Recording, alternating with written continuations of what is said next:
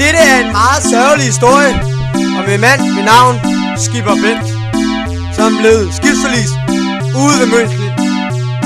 Skibet sang ude for Mønsklint. Der kom en kæmpe meteor og slog hans skib til pindebrænde, og bølgerne de sprøjtede, og han var ved at drukne. Men han så et lys komme oppefra, og han vidste han var reddet. Vores Skipper Bent, han blev næppe glemt. Han var en tapper sømand. Vores Skipper Bent, han blev næppe glemt, for han var en tapper sømand. Og på bredden stod en jomfru og reddede ham i land. Hun var fra Nederland, og den stakkels mand, hun var jo ondskabens selv. Ja, det gik roligt galt.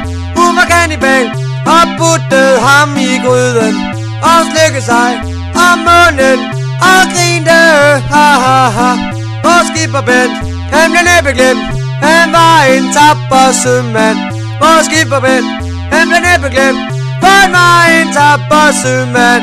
Nu var han blevet kogt, og det var ikke godt. Så stegte ham på panden.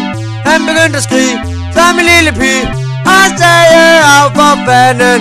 Så tog hun hans pik og grød den en gang, for hun rev den af med en pølsetang. Hun knaskede en stang, men kun en enkelt gang, for hun fik creme i munden. Vores Skipper Bent, han blev næppe glemt. Han var en tapper sømand. Vores Skipper Bent, han blev næppe glemt. Han var en tapper sømand. Vores Skipper Bent, han blev næppe glemt. Han var en tapper sømand. Vores Skipper Bent, han blev næppe glemt. Han var en tapper sømand. Vores Skipper Bent, han blev næppe glemt. Han var en tapper sømand.